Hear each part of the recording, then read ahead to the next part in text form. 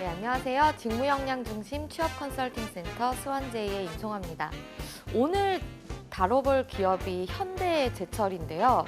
현대제철이 지금 시기에 이제 신입 채용을 하진 않지만 경력직 채용이 뜬 상황인데요. 이번에 이제 현대제철 경력직 채용을 살펴보면서 현대제철이라는 기업에 대해서도 좀 알아보고 추가적으로 경력직 면접, 경력직 채용에 대해서 최근에는 굉장히 컨텐츠들이 많이 생기고 있지만 그래도 상대적으로 신입 채용에 비해서는 좀 컨텐츠가 부족한 감이 없지 않나 해서 경력직 채용과 경력직 면접을 함께 같이 다뤄볼 예정입니다. 그래서 꼭 현대제철을 지원하시는 분이 아니더라도 경력직 채용을 고민하고 계시거나 앞두고 계신 분들 같은 경우에는 이번 컨텐츠를 같이 좀 집중해서 보시면 도움이 조금이라도 되지 않을까 싶습니다. 네, 현대제철 지금 경력직 채용을 진행을 하고 있는데요. 우선 경력직 같은 경우에는 이번에 재경직무 한 직무에서만 채용을 하고 있습니다. 그러니까 사람이 좀 급하게 필요해서 그래서 채용을 한다고 보면 되는데요.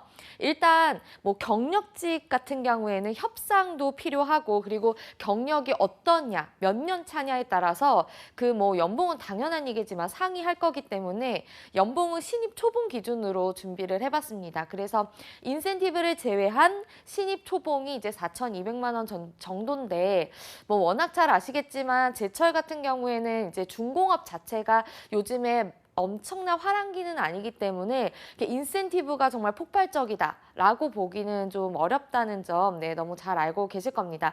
이번에 재경직에서는 구체적인 업무를 어떤 걸 맡아서 하는지를 언급을 했어요. 물론 이제 소재지는 인천이고요.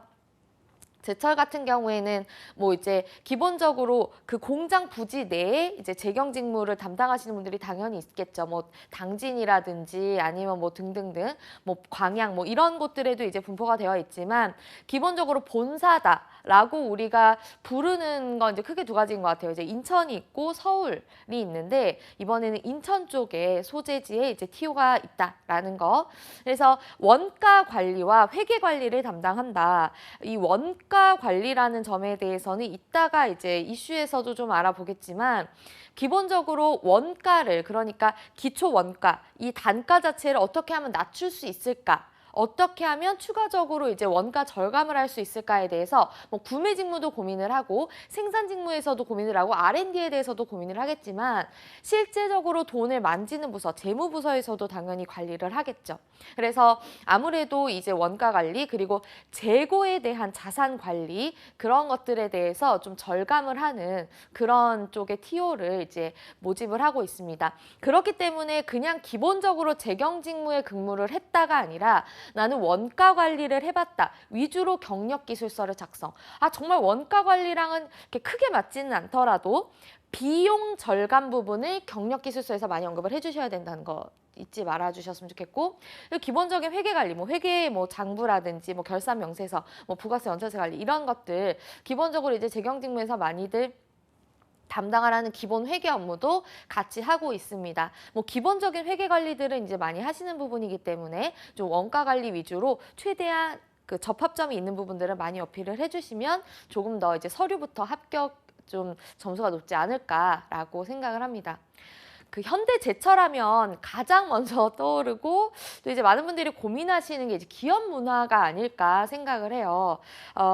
그런데 이제 기업 문화를 얘기하기 전에 제가 먼저 좀 말씀드리고 싶은 건 이제 보통 이제 경력직 분들 같은 경우에는 이제 이직을 준비하시거나 혹은 경력직 채용 공고가 떴을 때 어떻게 보면 그런 취업 포털이라든지 아니면 취업 컨설턴트들이 찍어놓은 동영상 이런 걸 보시기 이전에 가장 먼저 체크하시는 게 이제 불 땡땡땡 해서 이제 그 현직자분들이 모여서 이제 여러 가지 다양한 정보를 공유할 수 있는 그 앱을 많이 보시더라고요.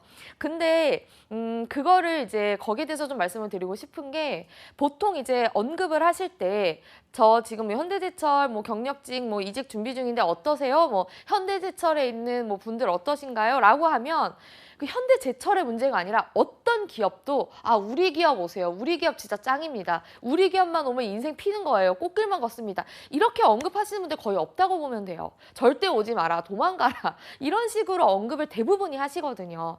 이게 정말 그 기업이 나빠서 뭐 정말 특정 부분에서 너무 힘이 들어서 일 수도 있겠지만 기본적으로 이제 워낙 업무라는 게 힘들겠죠. 그렇기 때문에 이제 그러니까 정말 객관적으로 이런 팩트들을 언급을 하면서 이런 점은 좋지만 이런 점은 참고하세요가 아니라 그냥 무턱대고 다니지 말라, 오지 말라라고 하는 글에 대해서는 너무 부정적인 영향을 받지 않고 거기에 대해서는 조금 더 여러분이 소신 있게 여기가 정말 안 좋은가라고 생각하실 필요는 좀 없지 않을까.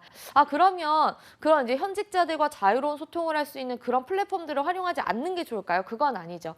굉장히 이제 똑똑하신 분들 중에는 지금 예를 들어서 내가 생산 직군으로 지원을 한다. 그러면 이제 거기에서 쓰는 어떤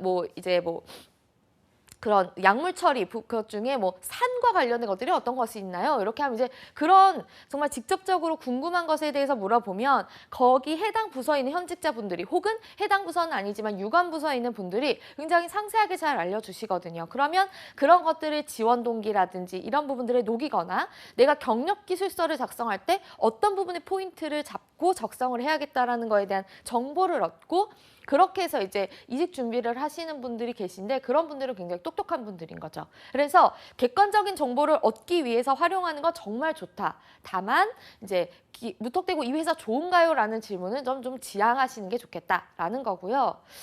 이렇게 좀 기업 문화에 대해서 많이 말씀을 드린 게 아무래도 좀 군대 문화, 수직 문화, 뭐 어떻게 보면 정말 이제 좀 이렇게 수용적인 자세를 가져야 되는 기업이 아닌가에 대해서 많이 이제 고민들을 하세요.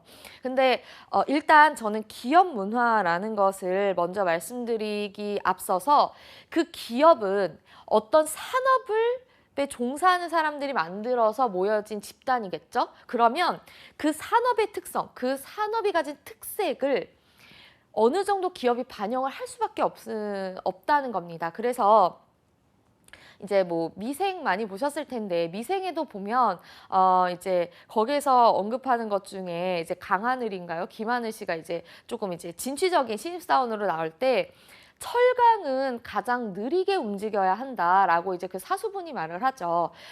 그것처럼 이제 철강 굉장히 트렌디하고 뭐 제철 산업 굉장히 막 발빠르게 변하고 뭐 정말 어제가 다르고 오늘이 다른 그런 산업이라고 보기는 어렵습니다. 그렇기 때문에 상대적으로 보수적인 문화, 조금 더 꼼꼼한 문화, 그리고 무언가를 내가 아래에서 치고 들어가는 거라기보다는 이제 어떤 노하우가 전수되고 그 노하우와 전통을 바탕으로 무언가가 이제 차분하고 안정적으로 이루어지는 산업이기 때문에 그런 기업 문화가 어느 정도 존재할 수 있다라는 겁니다. 그래서 무턱대고 거기는 너무 고루한 기업이 아닐까라는 게 아니라 해당 산업이 가진 특성상 그럴 수 있다라는 거죠.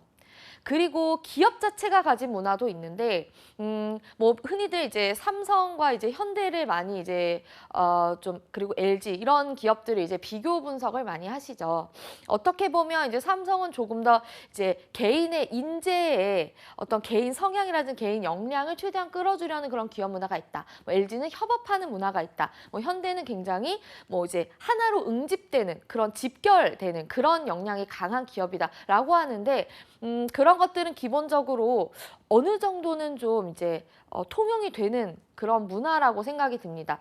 그런데 이제 좀 여러분께서 그런 것들에 대해서 조금 부정적인 시각을 가지셨다면 좀 이제 긍정적으로 바라볼 수 있는 포인트는 기업 문화팀을 현대제철은 따로 결성을 해서 뭐 소수의 인원이긴 하지만 이제 부서에서 기업 문화를 조금 더 혁신적으로 바꾸고 조금 더 부드럽고 수평적인 문화로 바꾸기 위한 그런 팀을 따로 결성해서 2018년부터 운영을 하고 있습니다. 그만큼 이제는 우리가 제철이라는 산업을 이끌어가지만 그 안에서 새로운 혁신 그리고 새로운 문화를 받아들이는 그런 자세들이 많이 필요하다라고 생각해서 그 기업 자체에서도 많은 변화를 추구를 하고 있습니다. 그래서 이 얘기들을 정리를 해보자면 이제 여러분께서도 그런 것들은 어느 정도 인지를 하시는 게 좋겠는데 이걸 이제 만약에 면접에서 직접적으로 물어보는 경우들이 상당히 있어요. 우리는 좀 군대적 문화라고 이야기를 밖에서 많이 하는데 어떻게 생각하세요? 특히나 경력직 분들께는 그런 질문이 많이 쏟아질 수가 있는데 왜냐하면 어쨌든 다른 기업에서 다른 기업의 문화에 익숙하신 분들이 새로운 기업의 문화에 적응하는 것 신입보다 좀 어려울 수가 있습니다. 그렇기 때문에 우리 기업, 우리 조직에 대한 적응력에 대한 질문들이 굉장히 중요하다는 건데요. 그럴 때 지금 제가 말씀드린 것들을 정리해서 면접에 한번 녹여보시면 어떨까 싶어요. 현대제철은 전혀 저는 그런 생각을 못했는데 굉장히 혁신적인 기업이라고 생각해요. 라고 하면 오히려 그건 아닌데 라고 생각이 들 수가 있죠. 그렇게 약간의 거짓말처럼 이렇게 대답을 하시는 게 아니라 제철이라는 산업의 특성상 어느 정도 오늘이 다르고 내일이 다르게 트렌디한 그런 발빠르게 새로운 문화를 적용시키는 그런 문화는 좀 기업 문화로 자리 잡기 힘들다고 생각이 듭니다. 라고 이 제철 산업의 특성에 대해서 조금 언급을 해주시고 다만 이제 기업 문화팀을 결성해서 새로운 이제 계속해서 뭐 제철 산업이 트렌디하진 않더라도 뭐 4차 산업혁명이라든지 이런 새로운 기술에 대해서 발빠르게 받아들이고자 하는 노력들이 기업 내에서 일어나고 있기 때문에 이런 새로운 굉장히 하루가 다르게 변하는 이 기술 산업에서도 조만간 이제 안정권에 이제 자리를 잡을 수 있을 거라고 생각합니다. 이런 식으로 여러분께서 기업 문화에 대한 질문에 대답을 해주신다면 이 사람은 우리 산업에 대해서, 우리 기업에 대해서 특성도 굉장히 잘 파악하고 있고 부정적인 시각으로 바라보고 있지 않으며 우리 기업에서 하는 노력들에 대해서도 잘 알고 있다. 그래서 우리 기업에 대한 관심도 지원 동기가 굉장히 크다라고 면접관이 인식을 할 수 있다라는 겁니다. 그렇게 좀 짚어주시면 좋을 것 같고 일단 만약에 신입 면접을 준비하시는 분들께서 이 영상을 보신다면 신입 면접 같은 경우에는 1차에서는 토론과 그리고 인성 2차에서는 임원, 그러니까 인성이라고 하자면 인성과 영어 면접 이렇게 두 가지를 봅니다. 현대차 그룹 그리고 현대 그룹 같은 경우에는 영어 면접을 꼭 이제 보는데 그 영어 면접에 대한 트렌드는 잘 바꾸질 않아요.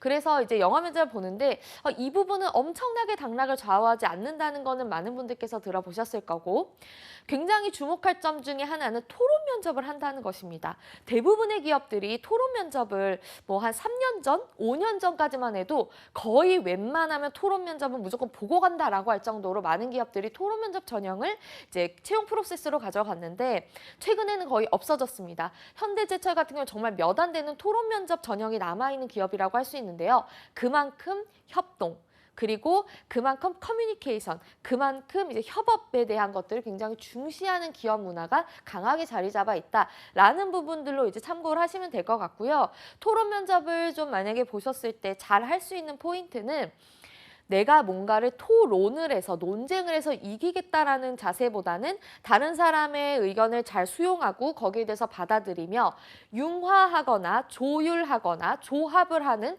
그런 커뮤니케이션을 하시면 보다 높은 점수를 받을 수 있다라는 겁니다. 경력직 분들 같은 경우에는 굉장히 준비할 시간도 많이 빠듯하고 그리고 채용 프로세스가 굉장히 빨리빨리 진행돼요. 정말 신입 공채처럼 이렇게 뭐 한두 달, 세 달간의 여유를 두고 준비하는 것이 아니기 때문에 좀 이제 준비가 좀 어려우실 수 있기 때문에 현대제철의 최근 이슈들에 대해서 좀 정리를 해봤는데요. 뭐 일단 철강이라는 건 기본적으로 자동차 부품으로도 많이 쓰이고 그리고 건설 산업에서도 굉장히 많이 쓰이고 있습니다. 그런데 건설 산업이 건설 시황이 좀 둔화가 되고 있다는 건 많이들 알고 계실 텐데 그렇기 때문에 이제 철근, 현강 판매가 이제 많이 점점 이제 감소 그리고 감소함과 더불어 수요가 많이 없으니까 단가는 하락하겠죠. 그래서 이 부분에 대한 매출액과 손익부진이 굉장히 심화가 된 겁니다. 그러니까 판매가가 하락하기 때문에 원가 절감이 굉장히 절실하고 그런 입장에서 이제 이런 재경팀에 이제 TO가 자주 나는 그런 부분들이 있다는 거죠. 그리고 자동차 용광판 같은 경우에도 제품 가격의 인상에 좀 난항을 겪고 있다. 그러니까 원가 자체가 좀 절감되고 그런데 거기에 대해서 이제 원가 자체는 절감될 수 있지만 생산 단가 같은 경우에는 그렇게 뭐 이제 인건비 같은 부분들도 있고 하기 때문에 그렇게 단가 하락이 좀 어려운데 이런 여러 가지 이슈들이 겹치면서 제품 가격 인상이 좀 난항을 겪고 있기 때문에 이것도 영업이익 감소에 상당한 부분을 차지하고 있다는 거죠. 그런데 좀 긍정적인 변화 같은 경우에 이제 현대자동차 그룹, 그러니까 어떻게 보면은 이제 형제 계열사라고 볼 수가 있는데, 현대자동차 그룹에서 이제 수소 전기차를 굉장히 생산을 많이 하려고 하죠. 그래서 그 목표치를 이제 조달하기 위해서 이제 연간 이제 3만 대의 이제 생산 규모를 맞추기 위해서 금속 분리판 이제 제2공장을 증설을 하고 있습니다. 추가적으로 우리의 옆 나라, 이제 중국 같은 경우에는 우리나라만큼, 물론 중국 경제도 힘들다고는 하지만 중국에서는 그래도 굉장히 아직은 뭔가 이제 경제가 이제 멈췄다라기보다는 그래도 성장세를 지속을 하고 있습니다. 그리고 중국 내에서도 이제 정말 뭐 내수 같은 경우에도 굉장히 활성화를 하겠지만, 추가적으로 뭐 이제 이것이 실현 가능해질지 모르지만 뭐 1대1로라든지 이렇게 계속해서 건설 경기라든지 아니면은 뭐 항공이라든지 교통이라든지 이런 것들에 대해서 조금 더 계속해서 뭐 혁신을 하고, 또 그리고 뭐 이제 중국 같은 경우는 우리나라 이제 세종시 같은 개념으로 그렇게 해서 또 이제 새로운 도시 건설들을 꾸준히 하고 있습니다. 그렇기 때문에 아직은 중국 내에서는 철강 수요가 좀 있다. 그래서 아주 부정적으로만 볼 수는 없다라는 부분들을 이제 긍정적인 효과, 부정적인 효과, 향후에 끼칠 수 있는 그런 이슈들에 대해서 좀 정리를 하시면 좋을 것 같습니다. 조금 더 궁금하신 분들은 자세하게 좀 더 기사를 찾아보시면 이 내용이 이 내용이었구나라고 인지를 하실 수가 있을 것 같아요.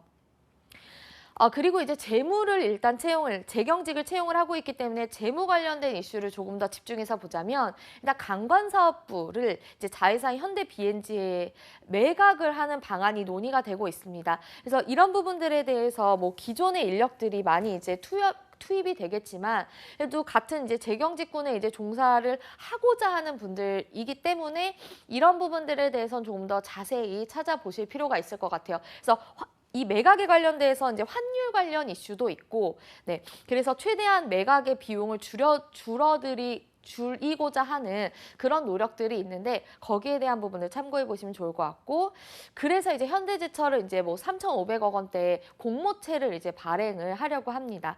여기에 대해서도 좀 중요한 이슈들은 짚고 넘어가시면 훨씬 더 이제 면접을 보실 때 도움이 되실 수가 있을 거라고 생각을 하고요. 경력직 채용에 대해서 오늘 짚어보겠다고 말씀을 드렸는데, 먼저 경력기술서 이 작성이 굉장히 중요합니다. 근데 이직을 하시는 분들 중에 경력기술서를 작성해보지 않은 분들이 당연히 많겠죠. 처음 이직을 준비하시는 분들은. 그래서 이걸 그냥 신입 때 자기소개서의 개념으로 생각을 하시는 분들인데 전혀 그렇지가 않습니다. 자기소개서 같은 경우에는 어느 정도 그래도 경력에 대한 것들이 없기 때문에 조금 더 뭐 인성적인 부분, 본인의 개인적인 역량 이런 것들에 대해서 많이 작성을 하고, 저는 이런 게 너무 좋아서 열심히 하겠습니다라는 것들을 말씀드렸다면, 경력기술서는 실제로 경력이 있는데 이 경력이 내가 잘한 거다 라는 걸 많이 어필을 해주셔야 돼요. 실질적인 직무 스킬인 거죠. 근데 이게 굉장히 중요한 게, 경력기술서는 경험을 쓰시는 게 아니라 성공 경험을 쓰시는 겁니다.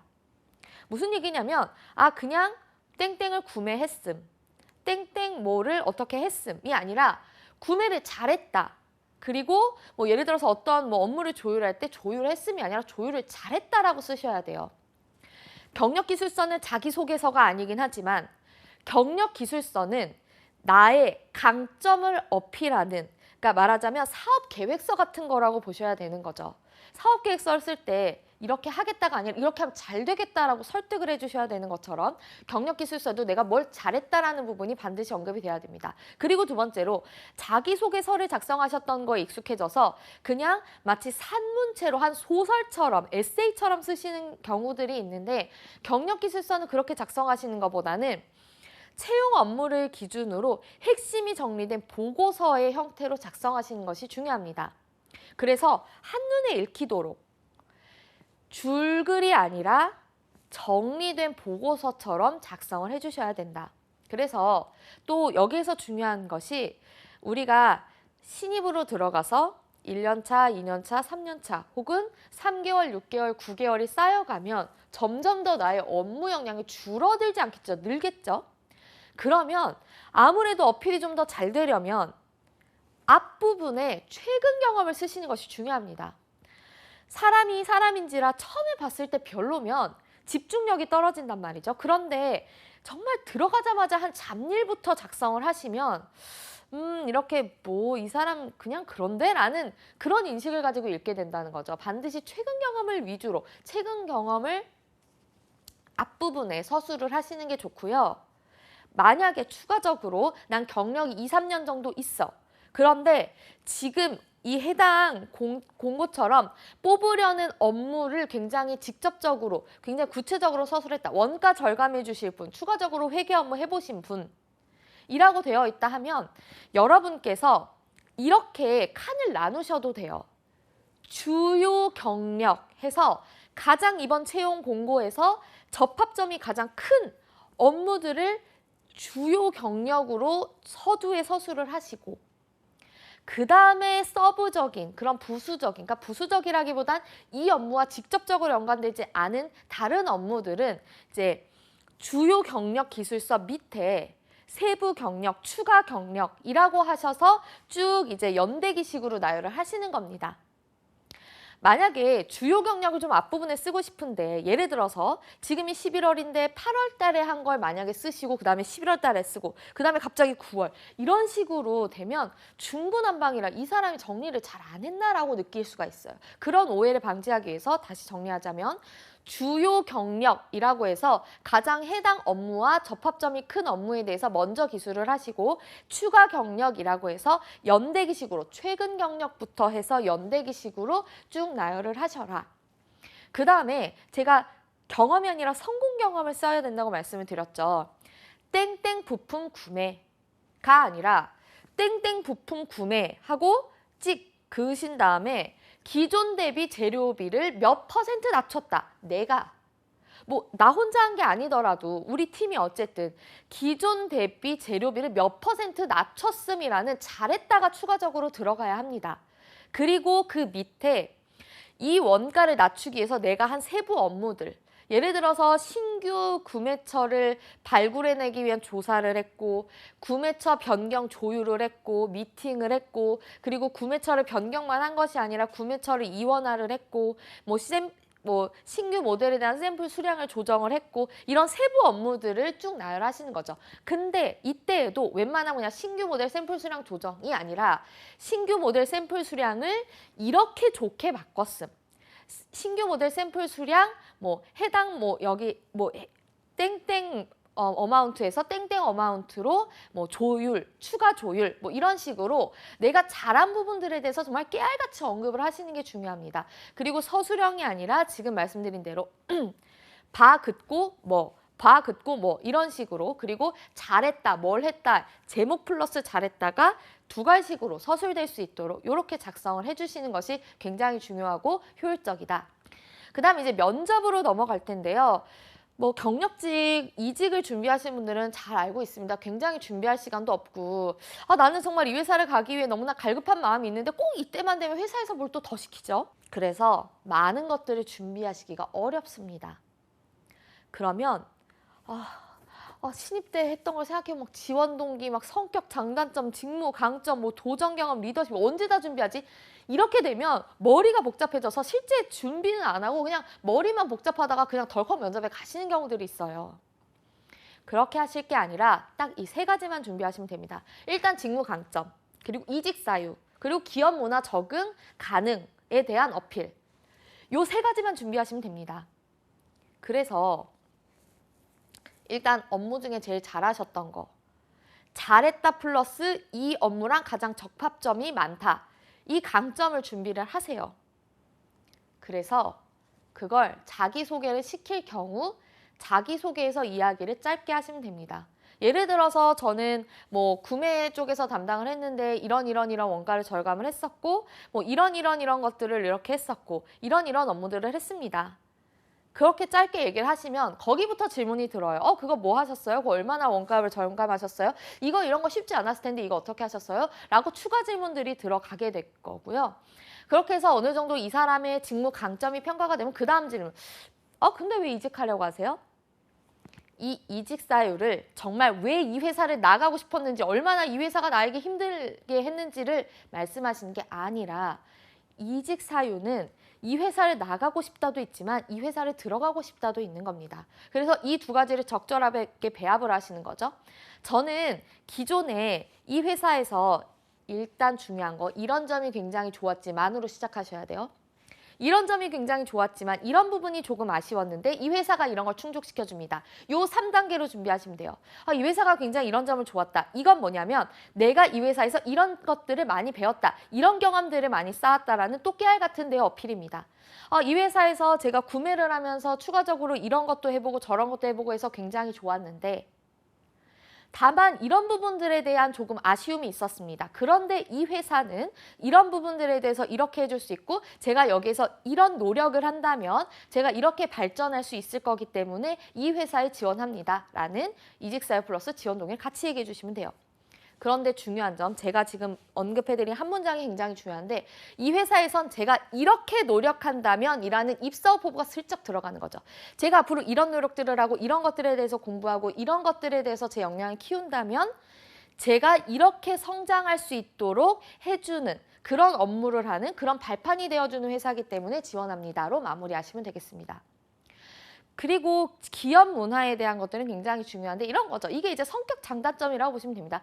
내 성격 장점 뭐지? 단점 뭐지가 아니라 이 회사의 결과 저의 결이 잘 맞습니다라는 것들을 어필하시면 돼요. 그래서 이 회사는 조금 더 이제 수직적인 문화다. 그러면 저는 굉장히 뭔가에 대해서 집중을 해서 무언가를 업무를 주셨을 때 그걸 굉장히 실수 없이 잘 해내는 스타일입니다. 이게 낫겠죠. 전 굉장히 창의적이고 도전적인 사람이에요. 보다는. 그리고 좀 이제 단점 같은 경우에도 이런 장점과 결이 맞는 단점. 다만 이제 저는 좀 거절을 잘 못하기 때문에 좀 이런 것들에 대해서 제 업무를 조금 더 객관적으로 평가해서 제가 못할 부분에 대해서는 정확하게 분석 후 말씀드려야 되는 그런 노력이 좀 더 필요한 것 같아서 업무를 할 때 그런 부분들을 항상 신경을 써왔습니다. 이런 방향성을 가지고 답변을 하시면 되는 겁니다. 결국에는 이 본인의 강점, 이것이 곧 자기소개서가 되는 거고, 자기소개가 되는 거고요. 그 다음에 이제 이직사유에서는 우리가 잘 아는 지원 동기 및 이제 입사 후 포부가 되는 거고요. 그리고 마지막으로 이제 기업 문화 적응에서 성격 장단점이 되는 겁니다. 업무를 하신 중에 좀 창의적으로 해보신 적 있어요? 업무를 하시는 중에 좀 이렇게 조율을 해보신 적 있어요? 이런 질문은 할 수 있겠지만 막 본인의 인생에서 막 이런 질문들은 잘 안 나오기 때문에 내가 그냥 버스를 타고 가면서 출퇴근을 하면서 내가 그동안 어떤 업무를 해왔지라는 것을 그냥 막연하게 그냥 이제 정리만 해보셔도 그런 것들이 면접에서 이렇게 쓰이고 저렇게 쓰이고 하지 않을까 싶습니다. 오늘 현대제철의 경력직 채용에 대해서 알아봤는데요. 경력직 같은 경우에 내가 너무 준비를 못했어.